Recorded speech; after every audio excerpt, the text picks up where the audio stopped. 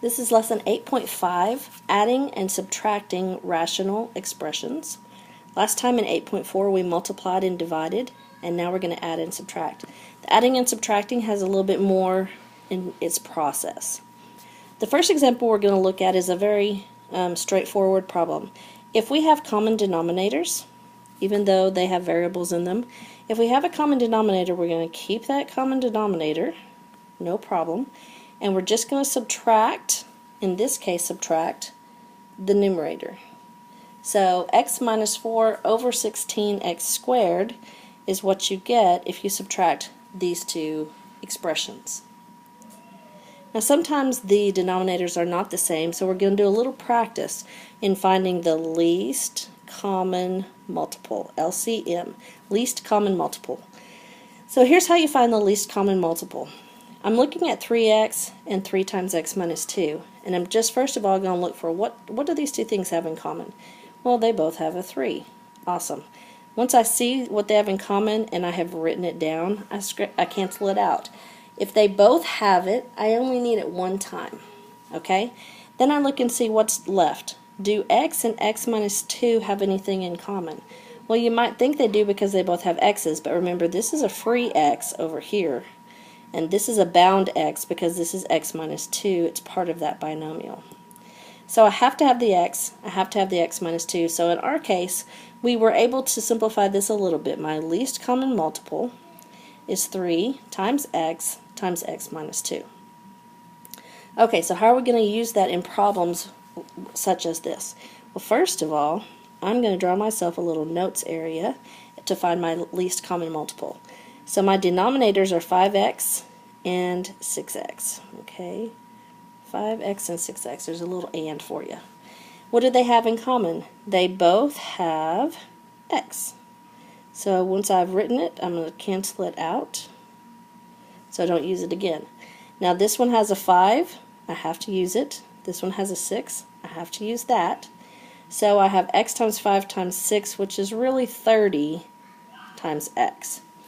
Okay, so now we've got to make these denominators both into 30x. So what do I have to multiply 5x by to make it be 30x? Well, I just have to multiply it by 6. Anything I do to my denominator, I have to do to my numerator.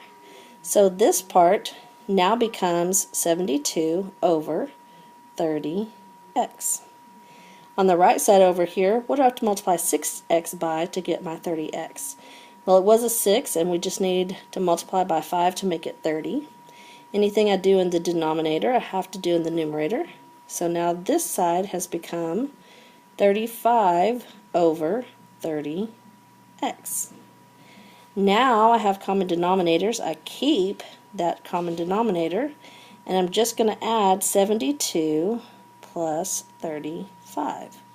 So let's go ahead and simplify that. 72 plus 35 is going to be 107 over 30x. My 0 didn't come out too good. That's it. 107 divided by 30x is what you get when you add these two original expressions. Alright, so let's continue with this. We still need a least common multiple on this problem. Unfortunately, we're looking at a trinomial, so before I can do anything else, I actually have to factor. This chapter is all about the factoring. You may have thought factoring was going to go away, but it just keeps coming back to haunt you. So now I need to know what's going to multiply to give me 24 and add to give me 5.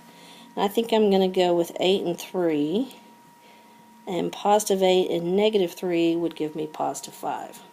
So now look at your denominators. What do I have? On one side I have x plus 8 and x minus 3. And on the other side I have just x minus 3. Okay? So, hopefully obvious. You can see an x minus 3 in both of these, so that's got to be there. I only need it once though. I don't need it twice. They both only have 1. And then I still have an x plus 8 that has to be in there. It has to be covered. Okay, so what do I have to do to make x plus 8 times x minus 3 becomes become x plus 8 times x minus 3? Well, nothing. They're already there. So this side doesn't have to change at all. Perfect. Now, on this side, I have an x minus 3, but it's supposed to be x minus 3 times x plus 8. So what do I have to multiply by? X plus 8. And up here, I'm going to have x plus 8. So now this is 3x plus 24. If you distribute the 3, you get 3x plus 24 over x minus 3 times x plus 8. Common denominator now, x plus 8 times x minus 3. It does not matter whether x plus 8 is first or x minus 3 is first. Makes no difference. But I am going to add 2 plus 3x plus 24. 2 plus 3x plus 24. So I have some common terms here. 3x plus 26 on top over x plus 8 divided by x minus 3. That's my simplified expression. Now, I don't expect you to do anything special with this denominator other than to just leave it the way it is. And that's our answer. Okay, what's the least common multiple here? Well, one denominator is x minus 3, and the other denominator is x plus 1. And what do they have in common? Nothing, because x minus 3 is bound together and x plus 1 is bound together. So if they don't have anything in common, what happens? Well, I have to use both of them. They both have to be covered, so that's going to be my denominator. So on this part of my problem, I have the x minus 3, I'm missing the x plus 1. So I'm going to multiply top and bottom by x plus 1. On this second side over here, I have the x plus 1, but I'm missing the x minus 3. So I'm going to multiply both sides by x minus 3. Oops. Okay, so common denominator, x plus 1 times x minus 3.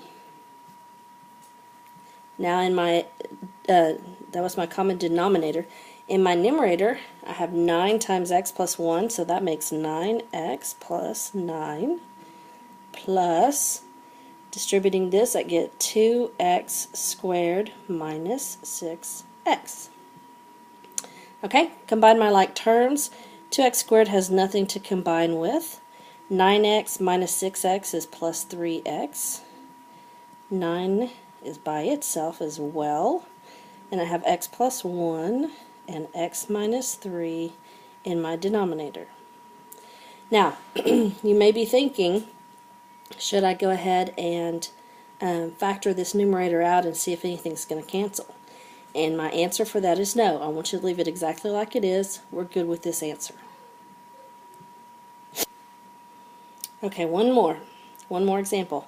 This one looks like it has a lot of junk to it, but the truth is it's just an extra fraction. We're still going to have to do our least common multiple, so I'm going to try to make a little spot for myself.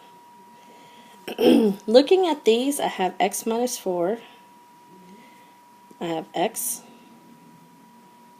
I have 3x minus 1. Those are my 3 common multiples, or my 3 denominators.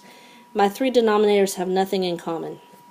So what that means is I have to have the x, I have to have the x minus 4, and I have to have the 3x minus 1.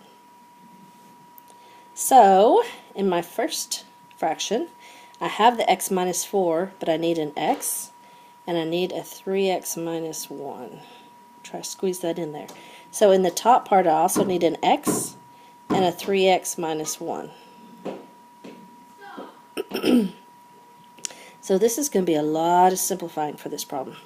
Alright, so let's look in the middle one. In the middle one, I have the x, but I'm missing the other 2 big parts, which are x minus 4 and 3x plus 1, or minus 1, sorry. Trying to squeeze that in there. Minus 1. Alright, so on the bottom, x minus 4 and 3x minus 1. Squeeze that in there. Yeah, this is going to be a lot of fun.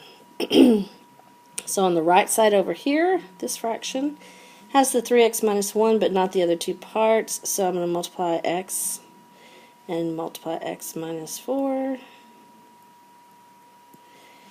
And I'm going to have to do lots of simplifying. So let's see, what can we do one step at a time.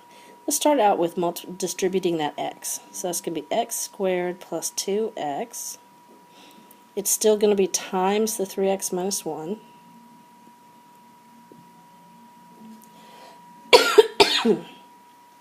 Pardon me.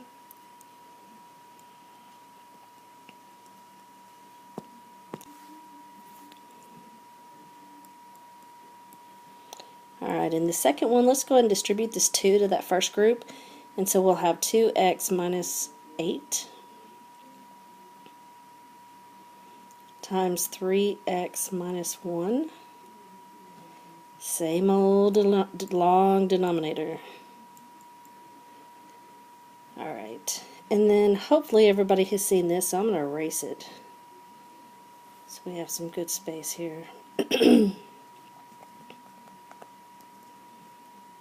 Alright, so right here we're going to have, let's go ahead and distribute, let's go ahead and put the 5x times x together, which is going to be 5x squared times x minus 4. X times x minus 4 times 3x minus 1. Alright, now we've got this denominator. We only need it once, thank goodness. But look at all the numerator we've got to deal with. So let's go through this. We're going to have to FOIL.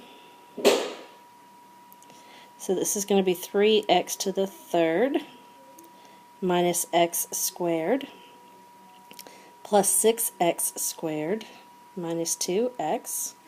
I'm going to switch colors to try to keep track of stuff. Here we're going to do the foiling here. So 2x times 3x is 6x squared. 2x times negative 1 is negative 2x.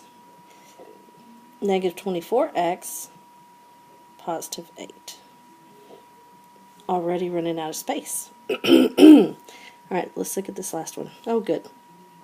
We just have to distribute a little bit. So this becomes 5x to the third minus 20x squared.